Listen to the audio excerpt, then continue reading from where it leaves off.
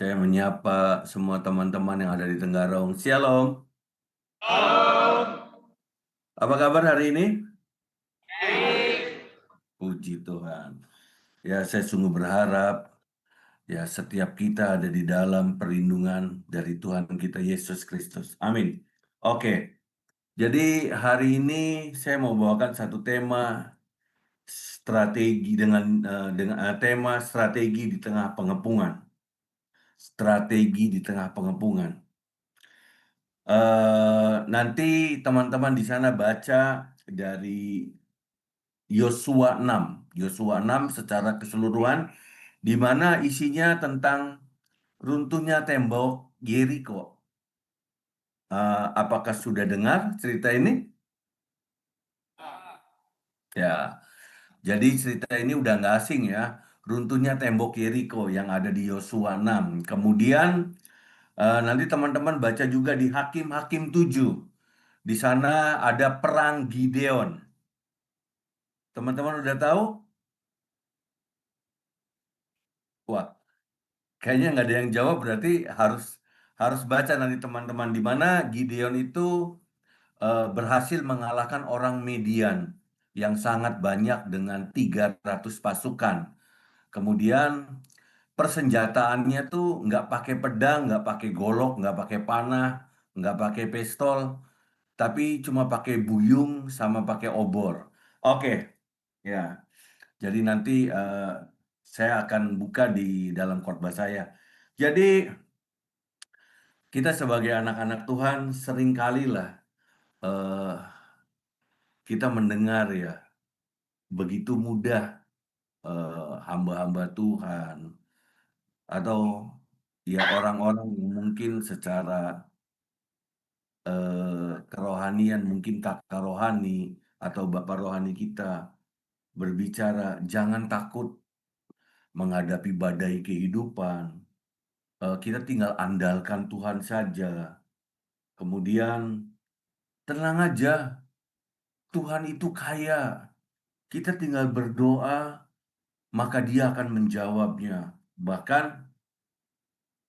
kita juga pernah mendengar pasti Tuhan sanggup memulihkan, Tuhan sanggup, Tuhan mampu, Tuhan ajaib. Nah, jadi kalimat-kalimat ini ya memang dimaksudkan untuk memotivasi, memberikan kekuatan, memberikan pengharapan kepada teman-teman, kepada rekan-rekan atau kepada siapapun yang sekiranya memang ada di dalam kondisi mungkin lemah, mungkin imannya lagi goyang, mungkin terlalu banyak badai masalah dalam kehidupan mereka. Nah, namun ketika persoalan yang sama diizinkan terjadi dalam kehidupan kita, apakah kita masih memiliki keyakinan yang sama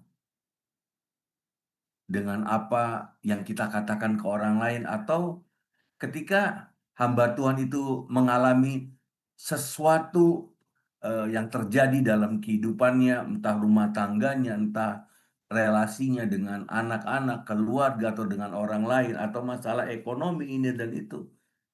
Apakah seorang hamba Tuhan, seorang anak-anak Tuhan itu bisa sama memiliki iman dan keyakinan seperti yang dikatakan?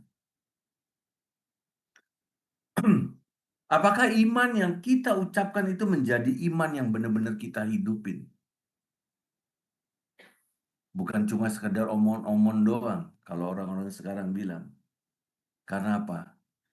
Karena ada kalanya Tuhan izinkan masalah itu boleh datang dalam kehidupan setiap kita, yaitu untuk menguji iman kita, menguji kesetiaan kita. Karena apa? Karena pada dasarnya, ya terkadang di dalam kehidupan kita, saya percaya teman-teman juga terkadang mungkin menjumpai rasanya ketidakmungkinan atau hal yang mustahil. Mungkin contohnya, ya memperbaiki perekonomian keluarga. Bagaimana caranya memperbaiki perekonomian keluarga dengan situasi dan kondisi mungkin ya kita punya penghasilan yang sangat minim, atau bahkan kita menganggur, atau kita nggak bekerja. Nah, atau kita mengalami sakit, atau kita bisa mendengar, melihat jemaat lain, mereka mengalami sakit yang gampang kanker lah, yang boleh dikatakan itu mengerikan, itu dikatakan itu mematikan, menakutkan lah, ya kan? Itu apalagi kanker udah stadium 4 itu rasanya hal yang mustahil lah untuk disembuhkan. Nah, kemudian ada banyak hal. Kita dengan anak-anak kita, anak-anak yang mungkin sudah bertumbuh beranjak dewasa, jadi sulit diatur, atau masalah di kantor, masalah tempat pekerjaan ini dan itu. Nah, terkadang Tuhan izinkan masalah yang datang dalam kehidupan kita tuh bukan hanya satu, bahkan banyak. Banyak masalah yang ini belum selesai, masalah anak belum selesai, ya kan, anak yang nakal ini belum bertobat, kita udah diperhadapkan dengan masalah ekonomi, harus bayar cicilan kah, atau bayar kontrakan kah, atau apapun. Kemudian belum juga kontrakan juga selesai, nggak taunya kita udah jatuh sakit. Jatuh sakit. Nah, jadi nggak sedikit masalah-masalah itu akhirnya terangkum menjadi sebuah kekhawatiran, ketakutan yang bisa masuk ke dalam alam bawah sadar kita. Nah, itu jadi kita benar-benar jadi susah tidur, ya kan, susah makan. Bahkan ada beberapa orang yang bisa sampai stres karena masalah begitu sulit. Bahkan lebih parahnya lagi bisa depresi. Nah, teman-teman tahu kan depresi, depresi itu ya kalau kalau bisa dikendalikan baik, tapi kalau nggak bisa dikendalikan, ada banyak kan kita dengar orang-orang itu harus terjun dari lantai sekian, ada yang ini dan itulah. Mereka mengakhiri kehidupannya. Itulah masalah. Nah, jadi dengan firman Tuhan hari ini, saya berharap kita bisa sama-sama belajar. Kenapa saya katakan belajar? Saya pun pribadi belajar. Karena apa? Karena saya masih manusia. Berarti selama jadi manusia masih punya masalah. Nah, oke. Kalau kita eh, belajar dari keruntuhan tembok Yeriko yang ada di Yosua 6 dan Hakim-Hakim 7, di mana perang Gideon menang melawan Median yang begitu banyak. Di sumber yang lain kalau nggak salah itu ada sekitar pasukan Median saat itu tuh ada 120.000 orang. Bagaimana 120.000 orang itu dikalahkan dengan 300 orang, bahkan tidak dengan pedang. Tidak dengan pedang, tidak dengan panah. Jadi ada sebuah realita, ini saya rangkum, saya coba cari itu kan. Apa sih tembok Yeriko? Nah, jadi kalau saya cari ini di Google ini, saya dapat tembok Yeriko itu kurang lebih, ya kan, tingginya itu 12, sorry, tembok Yeriko, tembok bawahnya itu tingginya kurang lebih 4 sampai 5 meter, tebalnya 2 meter. Fungsinya untuk menahan tanah dan menjadi dasar pertahanan. Nah, ini baru tembok bawah. Nah, kemudian ada tembok utama di atasnya. Itu kurang lebih tingginya 6 sampai 8 meter.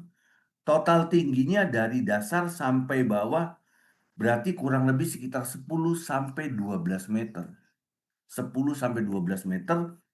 Lerengnya curam menyulitkan musuh untuk mendekati dengan alat perang. Jadi eh, tembok Yeriko ada di tempat yang lebih tinggi dibandingin tanah yang dipijaknya. Jadi ketika musuh mau datang, mau mendekat berarti dia harus turun dulu.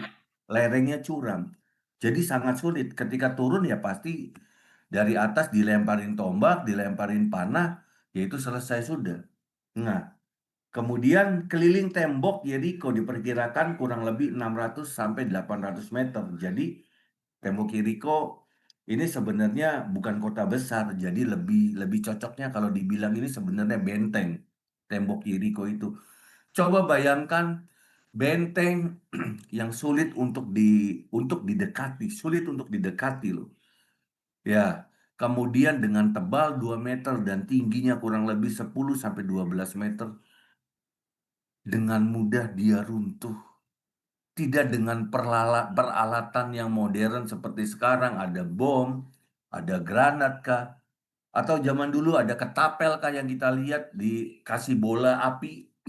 Tidak, tembok Yeriko runtuh cuma karena apa? Cuma karena dikelilingin oleh orang-orang Israel selama 7 hari. Dan bersorak-sorai akhirnya runtuh. Nah, kalau kita lihat pasukan Gideon ya, jumlah pasukan sangat tidak seimbang. Seperti yang saya bilang, menurut sumber yang lain kurang lebih sekitar 120.000 orang. Orang median itu. Jadi nggak seimbang. Nah, dibandingin dengan pasukan Gideon yang hanya 300 orang. Ya, kalau satu orang bisa ngebunuh 10 aja, 1 berbanding 10 selesai juga. Paling cuma cuma 3.000 orang dari median yang meninggal, ya kan? Enggak lebih dari 3.000. Ini bahkan pasukan Gideon tidak turun tangan untuk memukul, untuk ngebunuh, enggak. Mereka dikacaukan, mereka saling bunuh. Nah, kemudian yang lucu kan sekali lagi saya katakan, pasukan Gideon itu tidak memiliki senjata perang yang memadai. Dia hanya pakai sangkakala. Perang di mana yang pakai trompet aja. Kemudian kendi. Kendi, kalau kita biasa kendi untuk nyimpan air dong, untuk minum. Nah, ini untuk perang. Ya mungkin diisi minyak kali ya. Karena di sini ada obor. Ada obor. Jadi sebuah kemustahilan yang terjadi saat itu, yang Yosua hadapin dan yang Gideon hadapin. Jadi kalau kita mau simpulkan dua perang ini, tembok merupakan tembok yang tinggi dan tebal, secara logika tidak mungkin diruntuhkan tanpa bahan peledak oleh bangsa Israel. Sepakat? Nggak mungkin. Nggak mungkin diruntuhkan. Kemudian yang kedua, dari kesimpulan dua perang ini, dengan melihat jumlah pasukan serta persenjataan yang dipakai oleh bangsa Israel, sebenarnya sangat mustahil ya untuk menang. Bahkan mungkin hanya butuh waktu beberapa menit aja, orang Midian itu untuk membunuh 300 orang. Selesai. Beberapa menit saya bilang. Karena saking banyaknya, kalau di Alkitab itu ditulis jumlah orang Midian itu seperti belalang. Seperti belalang, artinya sangat banyak dan tidak bisa dihitung. Wow. Tapi coba, kalau teman-teman baca di Yosua 6 dan di Hakim-Hakim dan di Hakim-Hakim 7 itu,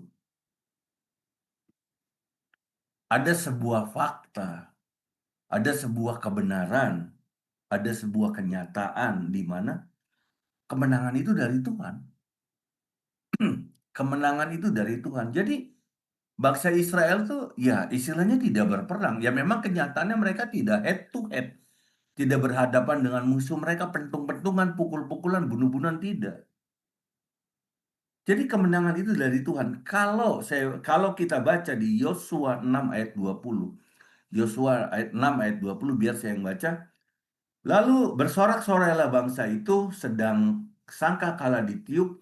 Segera sesudah bangsa itu mendengar bunyi sangkakala, bersoraklah mereka dengan sorak yang nyaring, maka runtuhlah tembok itu. Lalu mereka memanjat masuk ke dalam kota, masing-masing langsung ke depan dan merebut kota itu. Jadi coba kalau kita coba baca, lalu bersorak-sorailah bangsa itu sedang sangkakala ditiup. Segera sesudah bangsa itu mendengar bunyi sangkakala, bersoraklah. Bersoraklah dengan nyaring, maka runtuhlah. Bukan bukan apa lempar bom lah, bukan hancurkan tembok orang Israel itu dengan sebuah alat, enggak kan? Cuma dengan bersorak nyaring.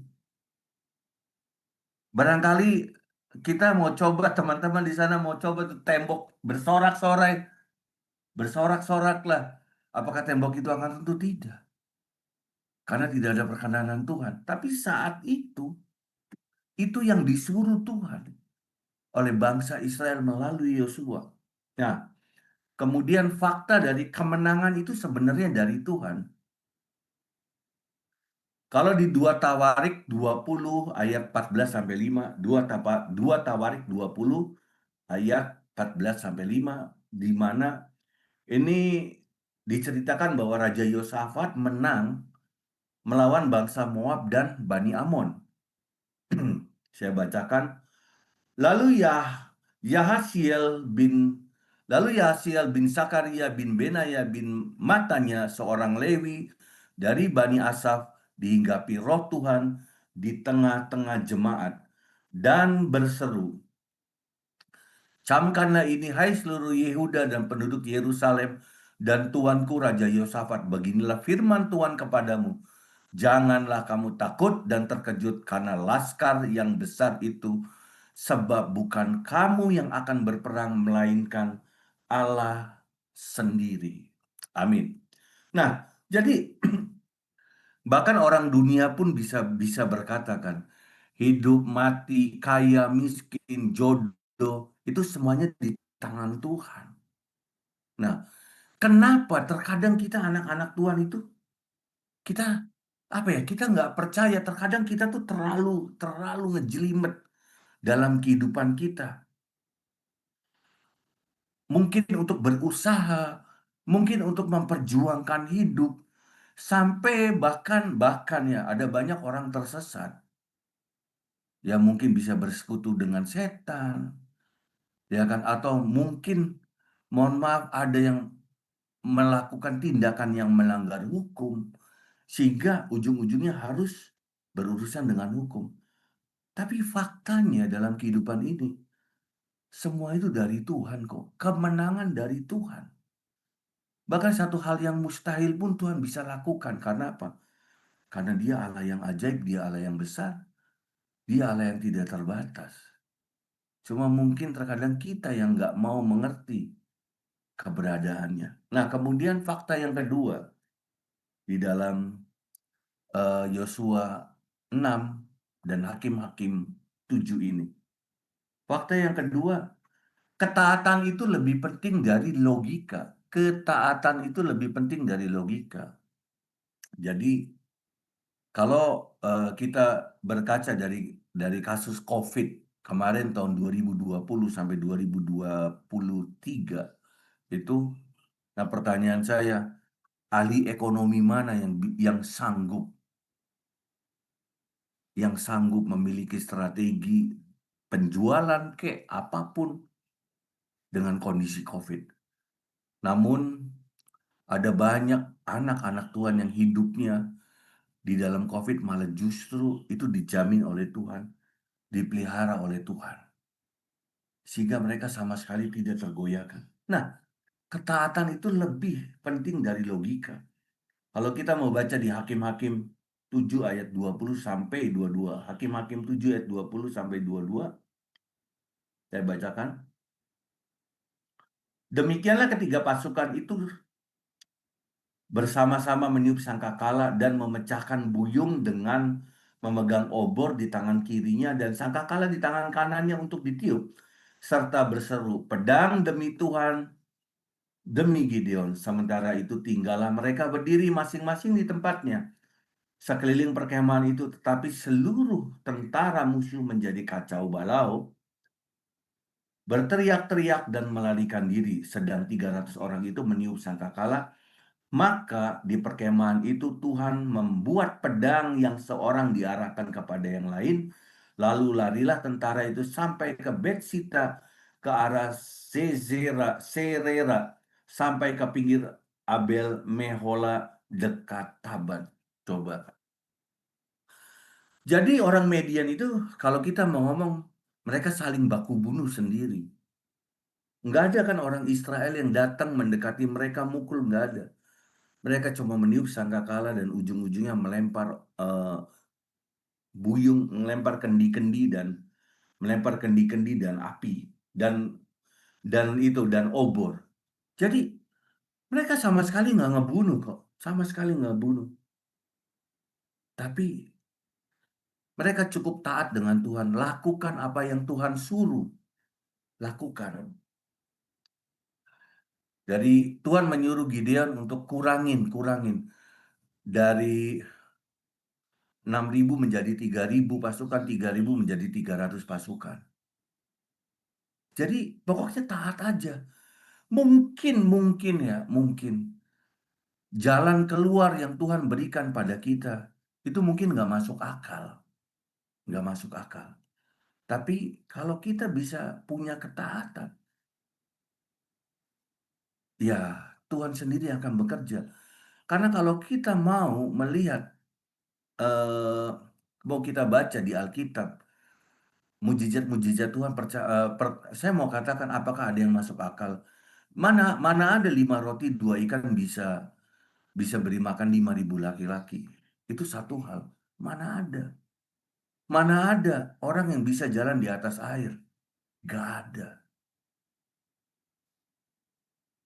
Jadi kalau ikut Tuhan memang logikanya jangan terlalu main. Kita bukan menolak ya yang namanya realita atau kenyataan, bukan. Tapi kenyataan itu bukan satu keputusan final dalam kehidupan kita. Karena apa? Yang final adalah semua yang dari Tuhan. Nah, coba kalau kita mau baca lagi di Kisah Rasul 16 ayat 25 sampai 26. Kisah Rasul 16 ayat 25 sampai 26 ini cerita tentang Paulus dan Silas. Tetapi kira-kira tengah malam Paulus dan Silas berdoa dan menyanyikan puji-pujian kepada Allah, dan orang-orang hukuman lain mendengarkan mereka. Tetapi terjadilah gempa bumi yang hebat sehingga sendi-sendi penjara itu goyah, dan seketika itu juga terbukalah pintu dan terlepaslah belenggu mereka semua. Coba, ada nggak ini masuk logika? Oke lah gempa bumi lah, oke gempa bumi. Tapi ada nggak gempa bumi yang disebabkan oleh karena pujian dan penyembahan? Ya ada, ini di cerita Paulus. Ya kan? Tapi dengan tiba-tiba belenggu dari Paulus dan Silas itu terlepas. Kan enggak. Pasti butuh kunci. Tapi tiba-tiba. Nah, karena Tuhan adalah Tuhan yang besar. Tuhan adalah Tuhan yang sanggup melakukan apapun. Jadi dia tidak akan bisa diraba oleh logika kita. Meskipun ya kita pintar. Jadi kalau ikut Tuhan pokoknya ya taat aja. Taat, taat lebih penting kok daripada daripada kita terus berpikir pakai logika. Nggak masuk akal Tuhan. Gimana caranya saya bisa nutupin utang? Nggak masuk akal Tuhan. Nggak masuk akal Tuhan. Gaji saya, penghasilan saya kecil, tapi saya disuruh untuk memberikan persepuluhan. Maaf, karena saya orang yang percaya, orang yang penganut persepuluhan lah. Itu kan. Eh, nggak masuk akal Tuhan. Penghasilan saya sedikit, tapi saya kok harus bisa memberi, harus bisa menabur. Nggak masuk akal Tuhan. Tapi percayalah, ya dia adalah Tuhan yang tidak bisa dipikir pakai logika kita. Otak kita terlalu kecil. Kalaupun IQ kita boleh tinggi, tapi saya bilang untuk mengukur kebesaran kehebatan Tuhan itu tidak cukup. Manusia itu tidak ada apa-apanya dibandingin Tuhan. Kemudian eh, yang ketiga, fakta yang ketiga dari Yosua 6 dan Hakim-Hakim 7 ini, fakta yang ketiga adalah Tuhan bertujuan menyatakan kuasanya. Tuhan bertujuan untuk menyatakan kuasanya. Nah, di Hakim-Hakim 7 ayat 2, Hakim-Hakim 7 ayat 2 saya baca, berfirmanlah Tuhan kepada Gideon, terlalu banyak yang bersama-sama dengan engkau itu daripada yang kukehendaki untuk menyerahkan orang Midian ke dalam tangan mereka. Jangan-jangan orang Israel memegah-megahkan diri terhadap aku sambil berkata, Tuhanku sendirilah, tanganku sendirilah yang menyelamatkan aku. Nah, jadi terkadang kita, anak-anak Tuhan, itu diperhadapkan dengan satu masalah yang mungkin secara logika dipikir nggak mungkin masuk. Tapi percayalah, ketika memang kita melibatkan Tuhan, pasti Tuhan yang kasih jalan kok. yang paling gampang lah. Saya percaya di dalam kehidupan kami satu keluarga. Saya berasal dari kota Cirebon, kota pesisir. Pesisir tahu lah kan, identik dengan miskin, identik dengan kekerasan, identik dengan dengan perjudian, dengan penyakit masyarakat itu semua ada di situ lah.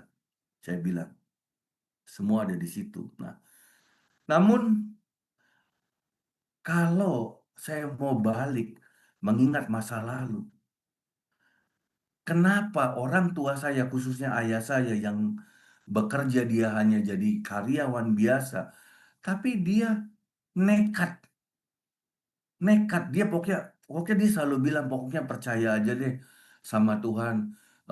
Kalian masuk sekolah-sekolah yang sekolah-sekolah yang baik, sekolah-sekolah swasta yang baik. Percaya aja lah walaupun bersusah-susah. Jadi tugas kalian pokoknya cuma belajar dan tugas orang tua itu cari biayanya. Walau jujur saya katakan, ya nggak masuk akal sih.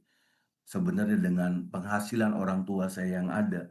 Tapi buktinya, ya kami 4 bersaudara, kalaupun ada 2 yang nggak lulus sampai ke jenjang SMA, itu karena pilihan mereka sendiri. Tapi ada 2 termasuk saya bisa lulus di sekolah yang boleh dikatakan swasta, swasta Kristen yang sangat-sangat mahal. Jadi saya nggak nyebut mereknya. Nah, ya itu. Jadi Tuhan itu bertujuan ketika kita diperhadapkan dengan masalah, ketika Tuhan izinkan masalah itu terjadi atau menghampiri kehidupan kita, percayalah, sebenarnya Tuhan tuh mau menyatakan kuasanya. Ini loh nak, aku tuh selalu ada bersama dengan engkau. Aku tuh tidak pernah meninggalkan engkau. Nah, kalau kita baca di Amsal 19 ayat 21, Amsal 19 ayat 21, banyaklah rancangan di hati manusia, tetapi keputusan Tuhanlah yang terlaksana. Jadi, bukan berarti kita nggak berusaha ya, bukan berarti kita nggak bekerja ya. Kita nggak bekerja.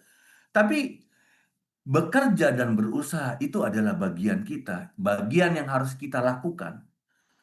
Tapi manusia boleh berstrategi, manusia dikasih akal budi sama Tuhan ya untuk menyusun sebuah strategi, sebuah cara untuk bekerja dan hasilnya itu maunya goal. Ya, namun terkadang apa yang dirancangkan manusia itu enggak 100% itu bisa lulus. Ya kan, karena apa? Karena keputusan Tuhanlah yang terlaksana. Nah, mungkin dalam usaha, kita membangun usaha, bisa jadi bisa jadi Tuhan izinkan gagal. Nah, sebenarnya menurut Tuhan itu, ya kamu tuh nggak cocok di usaha ini. Mungkin panggilannya menjadi hamba Tuhan, mungkin panggilan jadi full timer, mungkin tidak cocok dengan usaha ini, mungkin tidak cocok dengan bidang ini. Nah, jadi hari ini saya baru mau bagi ini strateginya di tengah pengepungan sesuai dengan Yosua 6 dan Hakim-Hakim 7. Jadi kalau tadi yang kita bahas itu adalah sebuah fakta. Fakta dari Yosua 6 dan Hakim-Hakim 7 ini. Jadi strategi yang pertama ini kita harus bisa mendengarkan suara Tuhan. Wow, mendengarkan suara Tuhan. Baca ya di Yosua 6 ayat 2 nih. Yosua 6 ayat 2. Ada kata, berfirmanlah Tuhan kepada Yosua, ketahuilah, aku serahkan ke tanganmu Yeriko ini beserta rajanya dan pahlawan-pahlawannya yang gagah perkasa. Jadi Yosua 6 ayat 2 diawali dengan kata berfirmanlah Tuhan kepada Yosua, berfirman.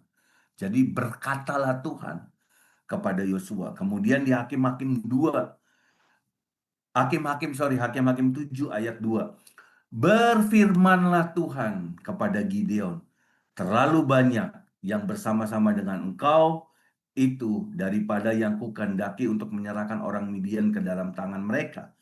Jangan-jangan orang Israel memegah-megahkan diri terhadap aku sambil berkata, tanganku sendirilah yang menyelamatkan aku. Jadi Ingat Hakim-Hakim 7 ayat 2 itu ada kalimat apa? Berfirmanlah Tuhan kepada Gideon. Nah, saya percaya baik Yosua maupun Gideon adalah orang-orang yang dipilih Tuhan untuk bisa mendengarkan suara Tuhan atau firman Tuhan. Nah, jadi dari dulu sekarang sampai dengan selama-lamanya Tuhan itu tidak berbicara dengan orang yang sembarangan. Tidak berbicara dengan orang sembarangan. Nah, pertanyaan saya, teman-teman di sana percaya nggak?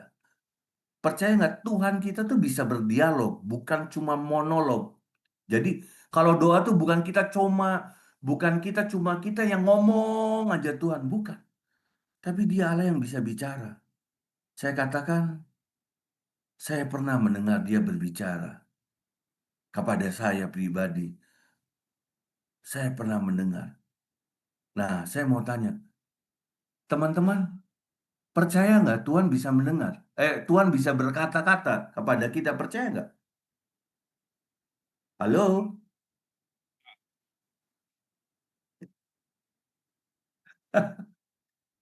Dia Tuhan yang bisa berdialog. Karena apa? Karena dia bukan Tuhan yang monolog. Bukan cuma kita aja yang ngomong. Dia bisa kok berdialog. Banyak kok kalau kita dengerin khotbah-khotbah hamba Tuhan, apalagi nabi-nabi Tuhan. Kayak Benny Hinn, Catherine Kuhlman, bla bla bla. Semuanya yang terkenal itu. Mereka bisa mendengar. Jadi Tuhan kita bukan Tuhan yang bisu. Tuhan kita adalah Tuhan yang mau berdialog. Cuma mau apa enggak kita. Nah, makanya saya katakan, dari dulu sekarang sampai dengan selamanya, pribadi Tuhan itu memilih orang yang bisa diajak bicara sama dia. Nah, bicara siapa yang bisa diajak bicara dengan dia tentunya ada kriteria atau persyaratan. Yang pasti ialah keintiman. Keintiman, ya kan? Jadi saya katakan, nah seringkali beginilah. eh Sebenarnya kita ini beragama atau ini kita atau kita ini bertuhan. Kalau orang itu bilang beragama, oh berarti agama itu kan ciptaan manusia. Karena pada awalnya Tuhan Yesus datang ke dunia nggak bawa agama. Jadi janganlah memilih ya beragama. Karena Kristen itu ya cuma identitas di kartu KTP kita. Karena pada sesungguhnya kita adalah orang yang bertuhan. Karena apa? Karena bicara bertuhan itu harus membangun sebuah hubungan antara kita dengan pribadi Tuhan. Itu bertuhan. Nah, kalau kita bisa berhubungan yang intens, yang intim dengan Tuhan, maka Dia akan berbicara kok kepada kita. Nah, kita baca ya. Apa sih artinya yang namanya intim itu?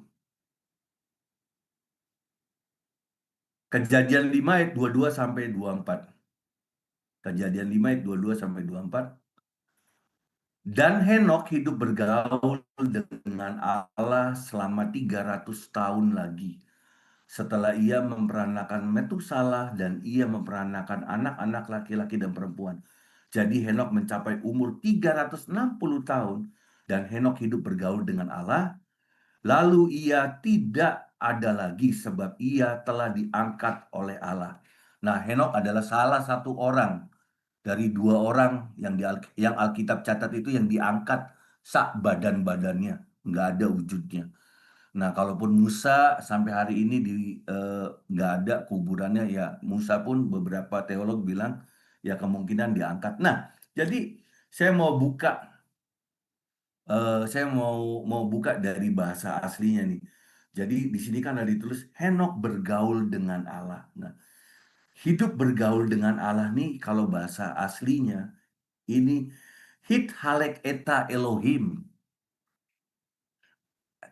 Hit heta alek hit halek eta Elohim. Nah, artinya berjalan bolak-balik bersama berjalan bolak-balik bersama, hidup dalam persekutuan yang terus-menerus, ibarat kayak dua sahabat yang jalan bareng tiap hari, ngobrol atau sehati. Nah, itu.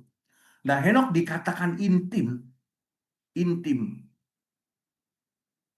karena dia bergaul dengan Tuhan setiap hari. Jadi Henokh nggak budak rohani.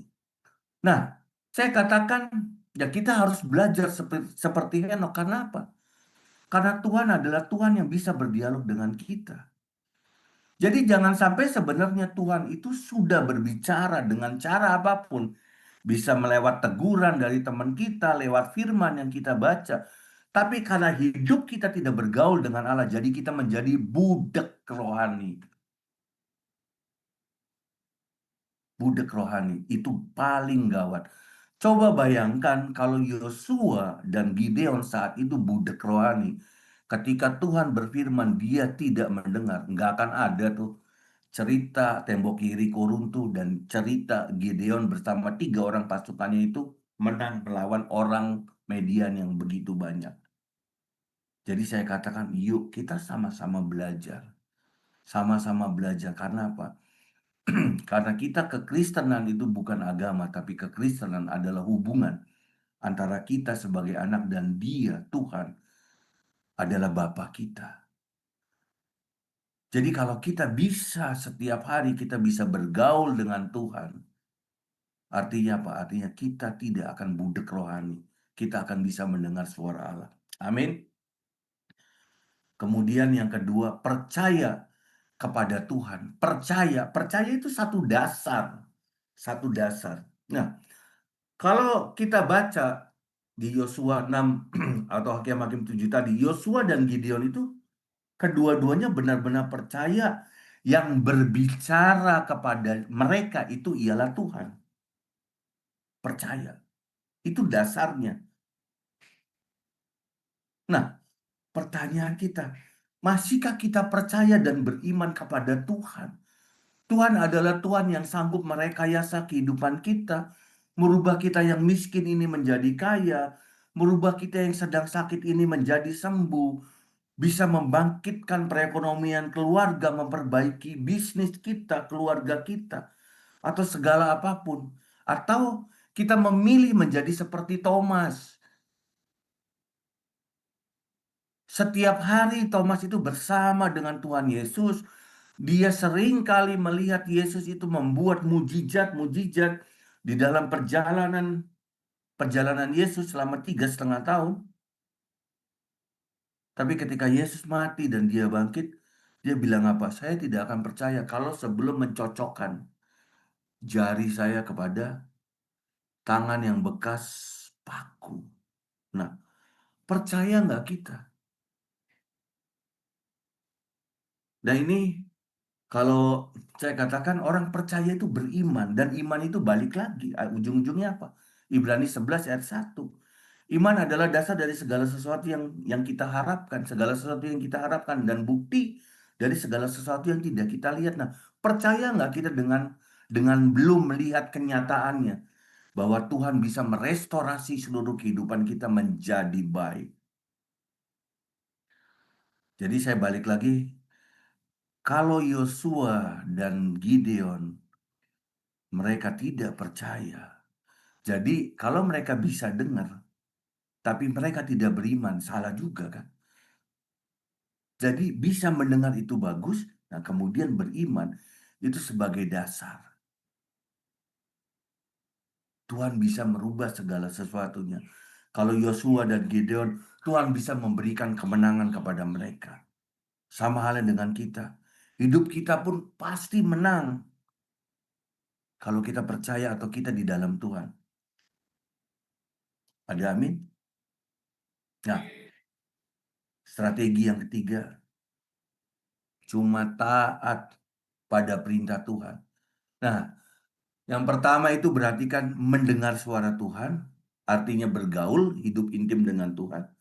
Yang kedua itu percaya itu sebagai dasar. Nah, ini yang ketiga taat kepada perintah Tuhan. Taat itu dinyatakan dengan sebuah tindakan.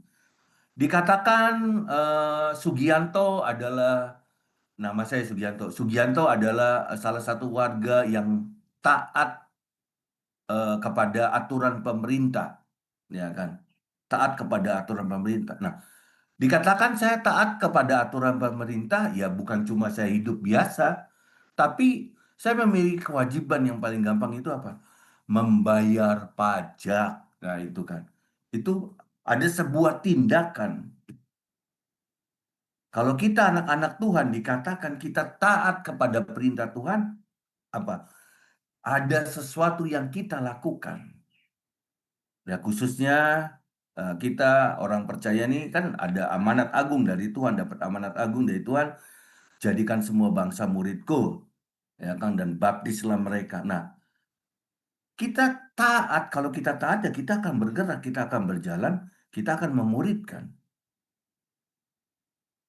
Ketaatan itu penting. Jadi kata taat nih, kalau saya cari di Kamus Besar Bahasa Indonesia itu senantiasa tunduk atau patuh, serta setia dan tidak berlaku curang. Itu taat, kata Kamus Besar eh, Bahasa Indonesia. Nah, ketaatan itu adalah tindakan nyata dari iman kita. Kita sebagai eh, orang bertuhan yang kita kenal melalui agama Kristen, ya apa yang kita taatin? Ya tentunya kan firman Tuhan. Firman Tuhan itu adanya di mana? Ya Alkitab dan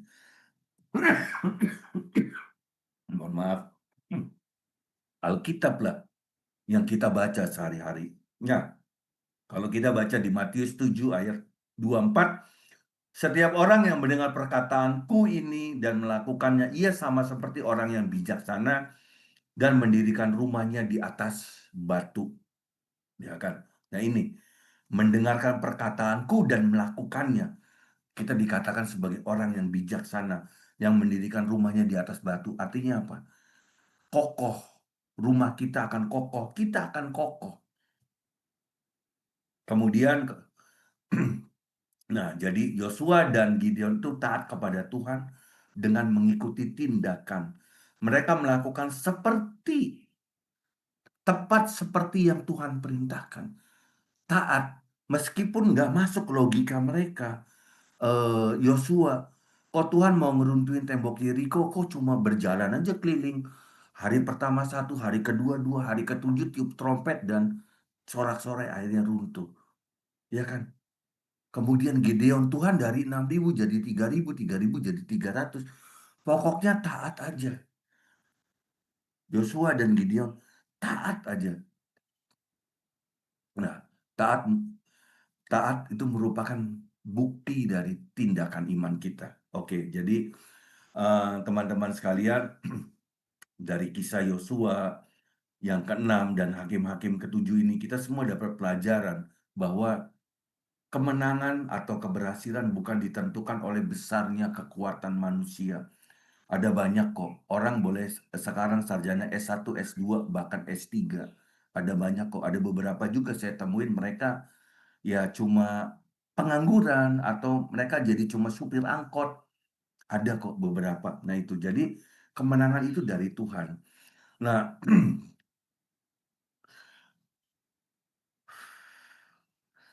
jadi segala sesuatunya itu ditentukan oleh seberapa dekat kita dengan Tuhan, seberapa besar kita percaya kepada Tuhan, dan seberapa taat kita menjalankan firman Tuhan.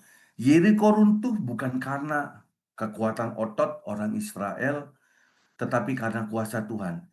Gideon menang bukan karena jumlah tentaranya, tapi karena Tuhan turut berperang. Nah, kalau kita baca di Roma 8 ayat 31, sebab itu apakah yang akan kita katakan tentang semuanya itu? Jika Allah di pihak kita, siapa yang akan menjadi lawan kita?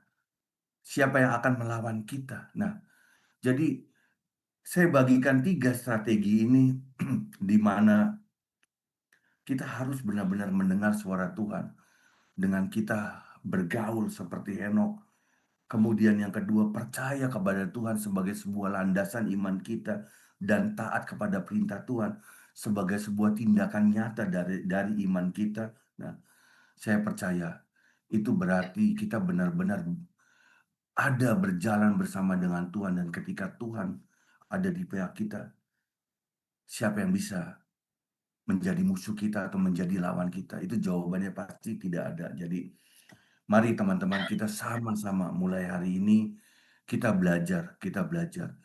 Mungkin teman-teman ada di dalam sana dan merasa, semuanya sepertinya gelap, Pak. Bahkan masa depan saya juga nggak mengerti. Tapi percayalah, percaya. Dia adalah Bapa, Tuhan kita adalah Bapa yang tidak mungkin memberikan anaknya batu ketika anaknya meminta roti. Dia adalah Bapa yang tidak mungkin memberikan anaknya ular ketika anaknya meminta ikan. Nah, dia adalah Bapa yang sanggup mencukupi semua kebutuhan yang kita perlukan. Bahkan tidak ada rancangan yang gagal dalam kamusnya Tuhan untuk kehidupan setiap orang yang percaya. Yang bikin gagal adalah apa? Keinginan kita. Ketika kita dikuasai oleh keinginan daging kita, maka kita akan jatuh ke dalam berbagai-bagai dosa. Oke. Amin. Tuhan Yesus memberkati.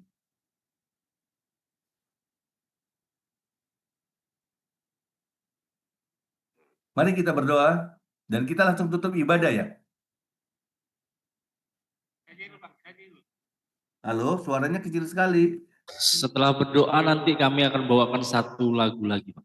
Oh, baik, oke. Kemudian baru doa berkat ya. Baik, kita berdoa. Bapa, di dalam nama Tuhan Yesus Kristus, terima kasih Tuhan buat Engkau yang berbicara melalui orang bodoh ini, Tuhan. Dan kiranya pada hari ini Tuhan, kami semua diperlengkapi, Tuhan, diajar dengan strategi-strategi, Tuhan. Di tengah-tengah pengepungan, badai boleh ada dalam kehidupan kita, Tuhan. Masalah boleh mengepung kehidupan kita. Namun kami percaya, Tuhan Yesus, seperti Roma 8 ayat 31, ketika Engkau ada di pihak kami, tidak ada satupun yang sanggup melawan kami. Maka badai, maka masalah pun itu akan sirna dari hidupan kami, Bapak. Terima kasih Tuhan. Hamba-Mu selesai berkata-kata dan hamba-Mu percaya Engkau Allah Roh Kudus yang bekerja terus mendampingi teman-teman yang ada di sana, memberikan kekuatan, memberikan penghiburan, terlebih memberikan pengharapan. Terima kasih Tuhan, di dalam nama Tuhan Yesus Kristus hamba-Mu berdoa dan mengucap syukur. Amin. Angkat kedua tangan kita dan terimalah berkat dari Tuhan. Tuhan memberkati engkau dan melindungi engkau. Tuhan menyinari engkau dengan wajah-Nya dan memberi engkau kasih karunia. Tuhan menghadapkan wajah-Nya kepadamu dan memberi engkau damai sejahtera. Tuhan memberkati keluargamu, Tuhan memberkati usaha pekerjaanmu, Tuhan memberkati kesehatanmu, Tuhan memberkati engkau dengan berkat jasmani, rohani, dan materi. Kiranya Allah Bapa menarik engkau masuk ke dalam lingkaran perkenanan dan anugerah-Nya. Kasih Tuhan Yesus Kristus dan tercurah, meradiasi sampai menghabisi semua yang jahat, semua yang bukan dari Tuhan. Penyertaan dan pendamaian Allah Roh Kudus menyertai perjalanan hidup kita mulai hari ini sampai dengan selamanya. Di dalam nama Tuhan Yesus Kristus, mari kita orang-orang yang percaya sama-sama katakan, amin. Tuhan Yesus memberkati. God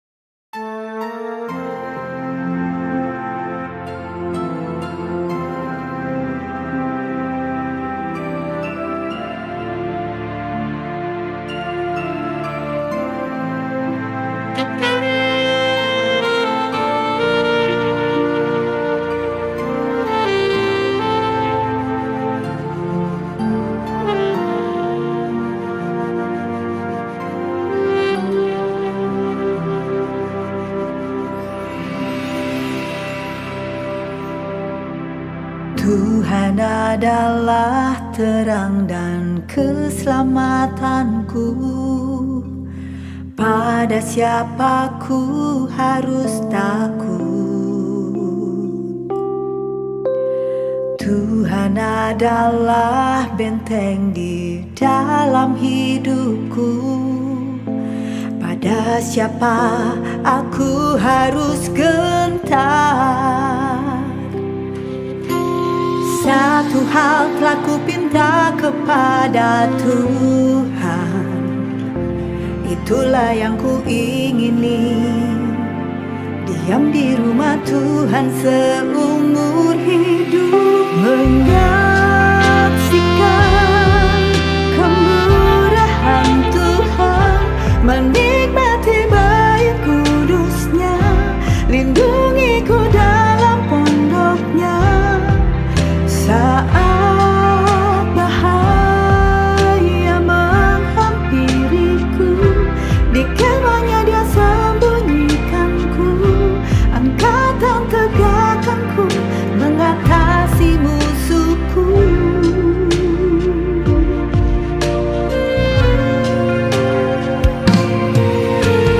Tuhan adalah benteng di dalam hidupku. Pada siapa aku harus gentar? Satu hal telah ku pinta kepada Tuhan, itulah yang ku ingini, diam di rumah Tuhan seumur hidup, menyaksikan kemurahan Tuhan, menikmati bait kudusnya, lindungi ku dalam pondoknya. Saat bahaya menghampiriku, di kemahnya Dia sembunyikanku, angkat dan tegakkanku, mengatasi musuhku.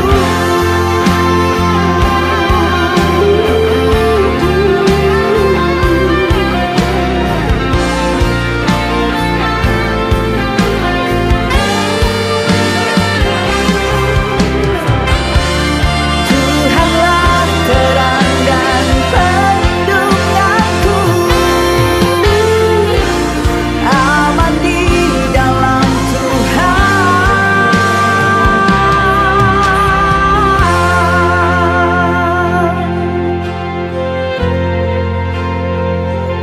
Di kemahnya Dia sembunyikanku, angkat